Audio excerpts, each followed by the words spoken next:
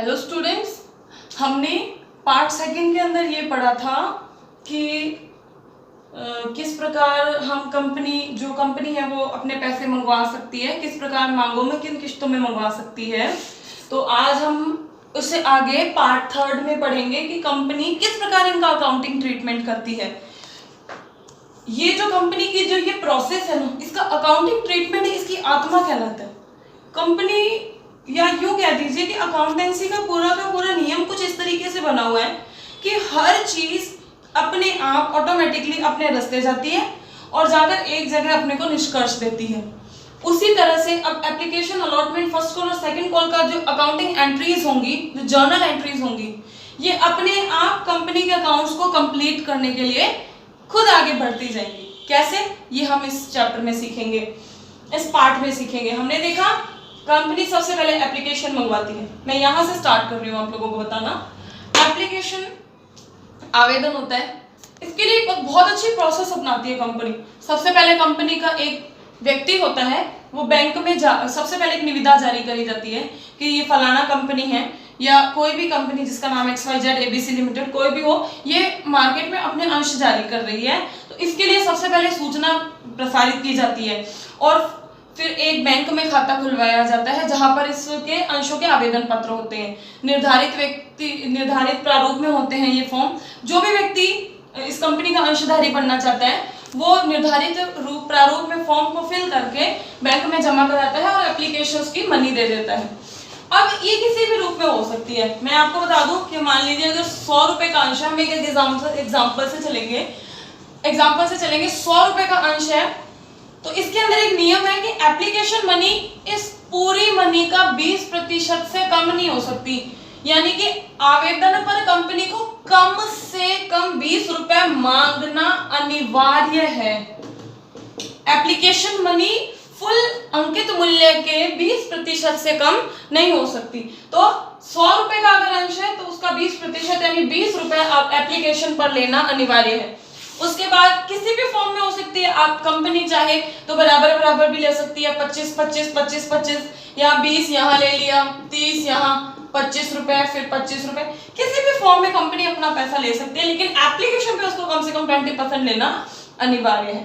इस प्रकार कंपनी पैसा लेती है। तो अब मैं इसकी एंट्रियों की तरफ चलूंगी। एंट्री किससे, सबसे पहले हम आवेदन पे चलेंगे।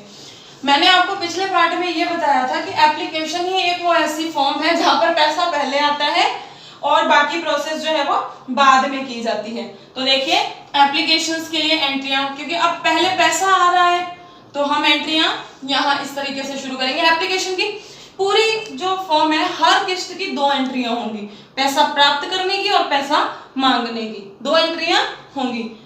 अब वो किस तरीके से होंगी, देखिए एप्लीकेशन में सबसे पहले कंपनी अपना पैसा मंगवाएगी। सबसे पहले पैसा आएगा, एंट्री होगी bank account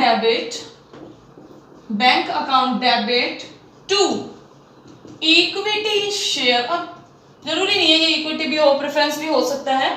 equity share application account, narration में बीइंग एप्लीकेशन मनी रिसीव्ड। मान लीजिए किसी अंशधारी को अगर 100 अंश खरीदने हैं और एक एप्लीकेशन पर 20 रुपए मांगे जाते हैं, तो वो क्या करेगा, 100 को 20 से मल्टीप्लाई करके 2000 रुपए बैंक में जमा करवा देगा। अब कंपनी एप्लीकेशंस प्राप्त करेगी, एप्लीकेशन प्राप्त करके उस हिसाब से आवंटन करेगी। तो एप्लीकेशंस की 2 एंट्रियां, सबसे पहले bank account debit to equity share application और दूसरी एंट्री से फंड को ट्रांसफर करने की equity share application account debit. मैं इक्विटी लेके चल रही हूँ, ये प्रेफरेंस भी हो सकता है जिस हिसाब से क्वेश्चन रिक्वायर करता हो। Equity share application account debit to equity share capital. अब ये देखिए ना अकाउंटेंसी कितनी सटीक और स्ट्रॉन्ग चलती है कि सबसे पहले पैसा आया, आपके एप्लीकेशन में रहा, क्योंकि इन दोनों एंट्रियों के बीच में कम से कम 15 दिन और ज्यादा से ज्यादा 1 महीने का गैप होता है। सीधे इसे कैपिटल में ट्रांसफर नहीं करा जा सकता, तो इसके लिए स्टेप बनाया गया है। वो स्टेप पहले ये कि पैसा आया, आने की एंट्री हमने अकाउंट में सबसे पहला जो आता है उसे डेबिट करिए, पैसा आ रहा है उसे डेबिट करिए, bank account debit to equity share application. अब सारा का सारा पैसा इस एप्लीकेशन अकाउंट में, हमने देखा कि 15 दिन या 1 महीना जो भी ड्यूरेशन है वो हो गया, ठीक है, सभी के पैसे कंप्लीटली आ गए। अब हम एप्लीकेशन से पैसा अपनी कैपिटल में ट्रांसफर कर सकते हैं। तो देखिए पहले जो खाता क्रेडिट हो रहा था वो अब डेबिट हो जाएगा। एंट्री होगी equity share application account debit to equity share capital account, और 2000 रुपए पूरे के पूरे हमने इसमें ट्रांसफर कर दिए। मैं फिर से रिवाइज कर रही हूँ। एंट्री होगी एप्लीकेशन की bank account debit to equity share application account, equity share application account debit to equity share capital account. उसके बाद अब कंपनी क्या करेगी, पैसा तो ले लिया, अब उसे आवंटन करना पड़ेगा। तो अब वो वहां अलॉटमेंट की एंट्री करेंगे।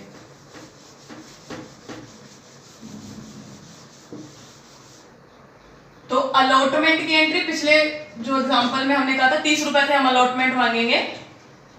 अलॉटमेंट का मतलब आवंटन है। वैसे जो अकाउंटेंसी है ना, ये होती है प्रॉपर इंग्लिश के अंदर ही है, तो मैक्सिमम इसके अंदर वर्ड आपको इंग्लिश के ही मिलेंगे। अलॉटमेंट करेंगे। अब देखिए मैंने आपको बताया था कि एप्लीकेशन है वहां पैसा पहले आता है, लेकिन अलॉटमेंट में अब आपको मांगना पड़ेगा पैसा। पहले हमने बैंक की एंट्री करी थी एप्लीकेशन में, अब हमें पैसा मांगना पड़ेगा। पैसा मांगने की एंट्री क्या होगी, देखिए equity share allotment account debit to equity share capital account. 100 अंश थे उस व्यक्ति के पास, 30 रुपए अलॉटमेंट पे कंपनी मांग रही है, कंपनी कहेगी भैया 3000 रुपए दो, वो कहेगा हाँ जी जरूर देंगे। अब पैसा प्राप्त होगा, पैसा आएगा, व्हाट कम्स इज डेबिट, आने वाले को डेबिट करो, तो बैंक को डेबिट करो, bank account debit to allotment का पैसा मिल रहा है तो to equity share allotment account.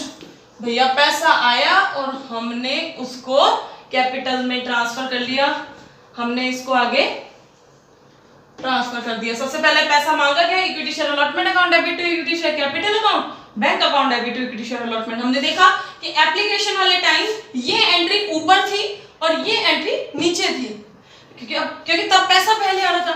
अब यहाँ क्वेश्चन ये कि मैडम पहले पैसा क्यों आया, तो भैया जब तक पैसा नहीं मिलेगा एप्लीकेशन का तो कंपनी अंश थोड़ी ना जारी कर सकती है उसको, पहले तो एप्लीकेशन ही मिलेगी हमें। एप्लीकेशन कभी भी खाली हाथ नहीं होती, उसके लिए हमें पैसे देने पड़ते हैं एप्लीकेशन के साथ। तो अलॉटमेंट में पहले मांगा जाएगा पैसा, फिर पैसा प्राप्त होगा। आप देखिए केवल नाम बदला है, एप्लीकेशन की जगह अलॉटमेंट आ गया है, बस इतना ही चेंज आया है और ये एंट्री फिक्स टर्न हुई है। अब देखिए हम करेंगे फर्स्ट कॉल। अलॉटमेंट की एंट्री इतनी है, equity share allotment account debit to equity share capital account, bank account debit to equity share allotment account. अब मैं करूंगी इसमें फर्स्ट कॉल की एंट्री। फर्स्ट कॉल की एंट्री और अलॉटमेंट की एंट्री बिल्कुल सेम होगी, पहले पैसा मांगा जाएगा, फिर पैसा आएगा, अलॉटमेंट की जगह नाम चेंज हो जाएगा। फर्स्ट कॉल करेंगे। फर्स्ट कॉल हमने पिछले उसमें 25 रुपए से करी थी, तो देखिए इक्विटी शेयर फर्स्ट कॉल कर रहे हैं हम लोग, equity share first call account debit to equity share capital account. हमने पैसा मांग लिया, 100 अंश लेना चाहता है वो, 25 रुपए से उसको देना पड़ेगा 2500 रुपए। अब पैसा आएगा तो एंट्री होगी bank account debit to equity share first call account. ध्यान रखिएगा अलॉटमेंट और फर्स्ट कॉल या सेकंड कॉल की एंट्री बिल्कुल सेम होंगी, केवल एप्लीकेशन की जो एंट्रियां हैं वो अलग होंगी। एप्लीकेशन में पैसा पहले आता है, ठीक है, और बाकी सभी मांगों में बाद में आता है। इक्विटी शेयर फर्स्ट कॉल, मैं वापस रिवाइज कर रही हूँ, equity share first call account debit to equity share capital, bank account debit to equity share capital. अब बात आती है सेकंड कॉल, क्योंकि हमने इस क्वेश्चन को सेकंड कॉल तक ही लिमिटेड रखा है, तो सेकंड कॉल में भी एंट्रियां यही होंगी, जहां फर्स्ट लिखा है वहां सेकंड आ जाएगा, बस इतना ही चेंज है और कुछ भी चेंज नहीं होगा। मैं एक बार फिर से आपके सामने भी रिवाइज कर रही हूँ। सबसे पहले एप्लीकेशन की एंट्री होगी bank account debit to equity share application account, equity share application account debit to equity share capital account. उसके बाद हम अलॉटमेंट करेंगे, पहले पैसा मांगेंगे, equity share allotment account debit to equity share capital और bank account debit to equity share allotment जब पैसा प्राप्त होगा। उसके बाद फर्स्ट कॉल करेंगे, equity share first call account debit to equity share capital, पैसा प्राप्त होगा। तो bank account debit to equity share first call. उसके बाद सेकंड कॉल करेंगे तो equity share second call account debit to equity share capital, bank account debit to equity share second call. कोई अंतर नहीं है। मुझे तो ऐसा लगता है कि जैसे हम एक के बाद दूसरा तीसरा चौथा क्वेश्चन करेंगे ना, तो शायद चौथे क्वेश्चन तक एंट्रियां हमें एकदम रट जाएंगी। पूरे चैप्टर में 8 से ज्यादा एंट्रियां बड़े से बड़े क्वेश्चन में नहीं आएंगी, इससे ज्यादा आती नहीं है। बड़ा क्वेश्चन आपका जो 6 नंबर का आएगा उसमें केवल 8 एंट्रियां करवाएगा आपसे। 8 एंट्रियों को करने में ज्यादा समय नहीं लगेगा मेरे हिसाब से। अगर आप स्टूडेंट इस क्वेश्चन को अगर आप 8 मिनट में सॉल्व कर पाते हैं तो आप अकाउंटेंसी का पूरा 100% अटेम्प्ट पेपर कर सकते हैं, क्योंकि एक टाइम फिक्स होता है कि किस क्वेश्चन को हमें कितना टाइम देना है। 8 मिनट मानती हूँ मैं कंपनी के एक क्वेश्चन के लिए विद ड्राफ्टिंग के साथ। तो ये आज हम लोगों ने अकाउंटिंग ट्रीटमेंट पढ़ा। अकाउंटिंग ट्रीटमेंट की और भी विधियां हो सकती हैं, प्रीमियम पर, डिस्काउंट पर, इन सभी के साथ अलग अलग ट्रीटमेंट होते हैं। अकाउंट का अपना अपना अलग स्टेटमेंट होता है, तो वो मैं आपको साथ के साथ बताती जाऊंगी।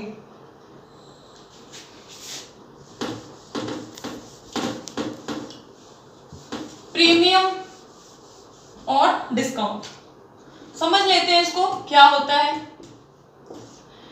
मान लीजिए आपके शेयर की वैल्यू है 100 रुपए और आप उसे 100 से ज्यादा कुछ भी 105, 110, 120 किसी रूप में भी ज्यादा जारी कर रहे हैं 100 रुपए से ज्यादा, तो इसे शेयर इश्यूड एट प्रीमियम कहा जाएगा।